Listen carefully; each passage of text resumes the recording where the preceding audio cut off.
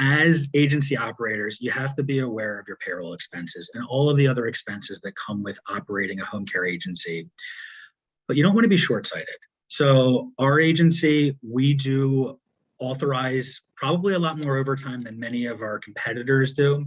And we do so strategically. We look at this as a short-term solution and a long-term solution. Not only does authorizing overtime help you from a scheduling perspective, but it's really going to help in retaining the amazing caregivers that are part of your family.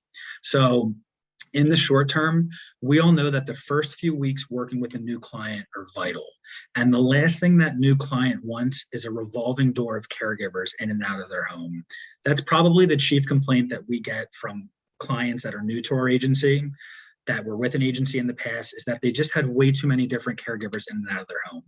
So if your agency is going to be a little bit more strategic, authorize for the first 2 or 3 weeks more overtime than you generally would, while you're able to put together that perfect care team for your new client. That way you're minimizing the number of caregivers in and out of that client's home. Everybody's happy. In the long term, we want to recognize and appreciate and thank our caregivers that work with our clients every day, that do such an amazing job. And most of our caregivers like to work full time.